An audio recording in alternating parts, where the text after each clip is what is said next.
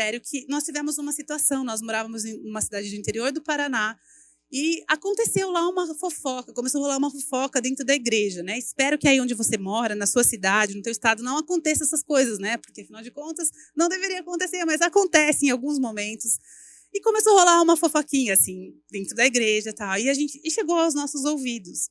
E essa fofoca falava sobre a minha pessoa e o meu esposo, sobre o nosso relacionamento, algo que era uma mentira.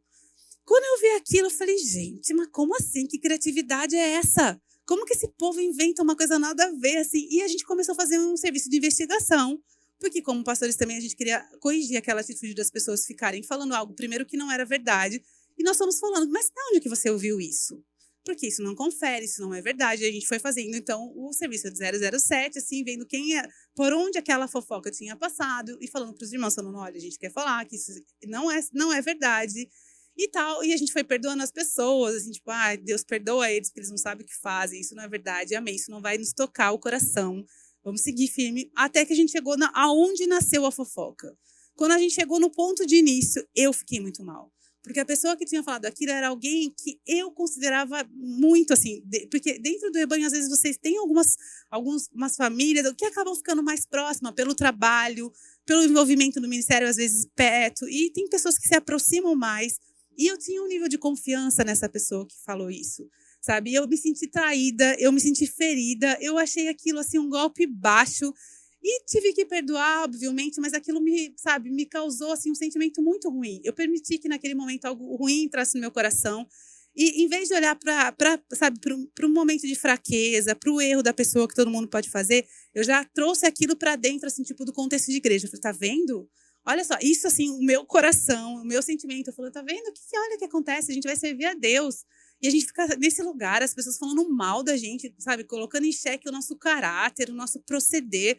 E naqueles dias eu ouvi uma frase, que era alguém fazendo uma citação de um livro, e essa pessoa dizia assim, a igreja é igual à Arca de Noé. Nós só suportamos o mau cheiro de dentro, porque lá fora é o juízo. Ou seja, né, não é uma opção. Então a gente fica aqui aguentando os fedozinhos alheios, e aquilo... Mas como uma luva, sabe, vestiu o meu coração todo maltrapilho naquela hora, todo quebrado, né? E eu falei, é verdade, gente. É verdade, a igreja é isso. A gente tem que aguentar o mau cheiro, porque, cara, a gente não tem opção. Vou ficar aqui aguentando um fedorzinho alheio. E aquilo, assim, nossa, foi algo que dentro de mim fez muito sentido. E eu tinha um grupo de moças naquele período. E eu tenho essa memória, eu me lembro da sala, me lembro da luz, me lembro do sofá estampadinho, que era o sofá da nossa casa. Me lembro as moças todas me olhando, esperando algo que pudesse tocá-las, né? Deus é tão bom que Ele nos usa apesar da gente mesmo. Mas, olha, eu me lembro, eu sentada e falando, gente, quero falar para vocês hoje algo que é tão verdade, que a igreja é como a Arca de Noé. E a gente só aguenta o mau cheiro de dentro, porque lá fora é o juízo. Então é assim, ó, a gente é tudo assim mesmo, difícil de lidar, tal. E eu me lembro as meninas me olhando assim com uma cara de ação, né? Tanta coisa boa na palavra, tanta coisa que eu podia ensinar aquele dia, mas a Bíblia fala que a boca fala que está cheio o coração. Meu coração estava cheio de indignação e de revolta. Então, segui a minha vida e passou um tempo. E eu lembro que aquilo eu superei assim, falei, tem que seguir, tal. Mas passou um período, eu estava orando diante de Deus. E eu estava me sentindo naquela, sabe, os momentos onde o ministério tem aquele certo... Eu estava me sentindo um pouco pressionada de novo, estava me sentindo desafiada. E eu fui falar com Deus. Essa oração aconteceu um período depois dessa primeira experiência, ali onde eu falei com as moças. E eu me lembro que eu fui falar essa frase linda para Deus. Falei, sabe, Deus...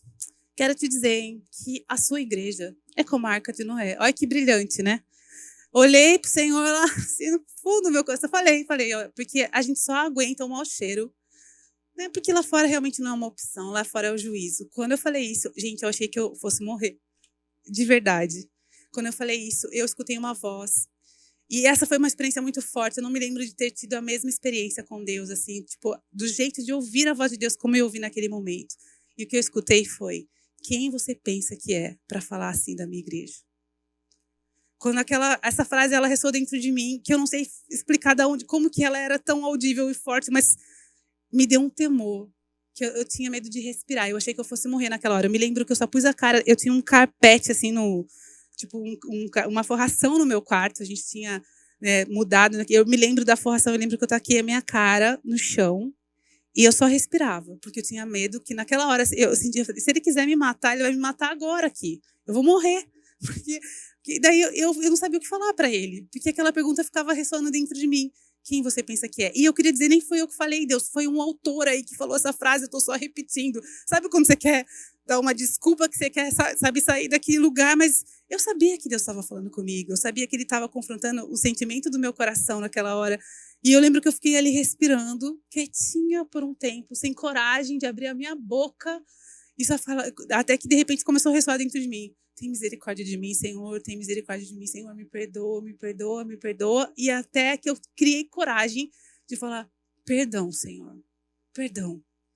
E aí, quando eu pedi o perdão, assim, que eu algumas vezes repeti, o Espírito Santo começou a ministrar a minha vida e o Senhor falou, eu amo a minha igreja, o preço que foi pago pela minha igreja é algo muito especial, foi o sangue do meu filho, e você precisa entender que a igreja é preciosa e que você fazer parte disso é realmente uma honra e o seu coração precisa ser corrigido, não está certo.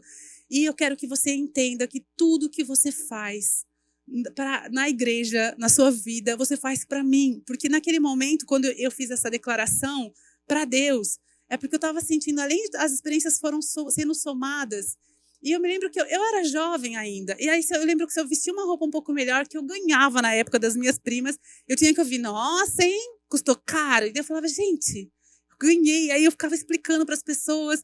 E às vezes a gente estava com se a gente estava com um carro mais velho, tipo, mas vocês não têm fé? E parece que a gente sempre fica naquele lugar de cobrança. Eu era uma menina e eu me sentia assim pressionada. Foi me dando uma grande tristeza de estar nesse lugar. Eu falava, gente, eu estou servindo a Deus, eu não queria ter que ficar lidando com essas picuinhas. Mas a criança, no caso, era eu, porque me ligava e me importava. Mas depois dessa experiência, uma nova versão de Kelly, sabe, surgiu, na verdade. Porque aquele dia Deus falou para mim, você precisa entender algo. Tudo o que você faz para mim. Sou eu que te julgo, sou eu que te aprovo ou te reprovo. Eu conheço o teu coração. Então você vai levantar desse lugar e você vai ajustar o teu pensamento, o teu coração comigo. E eu não estou dizendo aqui que você não tem que se preocupar com aquilo que as pessoas vão dizer no sentido do teu testemunho. Como eu falei inicialmente, nosso testemunho precisa realmente exalar o bom perfume de Cristo, a forma como falamos, a forma como nós tratamos as pessoas, a forma como nos vestimos, precisam glorificar a Deus. Existe um proceder, não estou falando contra isso, mas eu quero que você entenda, o meu coração foi alinhado, porque eu vou fazer tudo aquilo que aprendi a fazer, mas agora não mais esperando a aprovação dos homens, nesse sentido, se eu estou fazendo aquilo que é correto, eu não preciso me importar, sabe, realmente com essa criticidade alheia, com esse levante. E hoje, em dias de redes sociais, então isso, sabe, se tornou um lugar assim que muitas vezes você está fazendo algo e vem as críticas, mas se você está sendo coerente, se você está sendo fiel àquilo que Deus te colocou para fazer, né, e você está cuidando daquilo que você entende que é necessário, descansa o teu coração, né, faça o que Deus te chamou para fazer, faça em família isso, considere os ajustes e seja uma mulher que realmente vai poder ter ali, né, o seu galardão bem especial. E muitas vezes eu entendo que esse fazer para Deus, uma grande parte, acho, das mulheres vão ter todas essas ações escondidas, não que os homens não tenham, né? Mas muitas vezes o ministério, o trabalho do homem acaba se tornando um pouco mais público, assim, porque eu acho que o lugar mais íntimo que nós temos, a nossa caverna mais especial, são as nossas casas, são os nossos lares. E nesse lugar nós precisamos frutificar realmente o Espírito, precisamos manifestar o fruto do Espírito Santo, que é a paz, a alegria, a longanimidade, a bondade, a paciência, a mansidão, sabe? Esse é o nosso primeiro lugar, o nosso primeiro ministério, como mulheres e também como homens, obviamente, é cuidar bem da nossa casa, para que nós estejamos aptos para poder fazer qualquer outra coisa. E eu sei que as mulheres passam boa parte, né, assim, do seu ministério, do seu trabalho nesse lugar, mas lembre que os olhos de Deus tudo vem, né? E quando você faz bom investimento, porque às vezes quando a gente está fazendo algo, às vezes aquele começo que é esse cuidar das crianças pequenas, esse talvez não viajar e ficar ali cuidando realmente do bom andamento da casa, cozinhando e enfim fazendo esses trabalhos, às vezes pode parecer realmente que não valeu a pena, mas lá na frente tudo isso vai fazer grande diferença.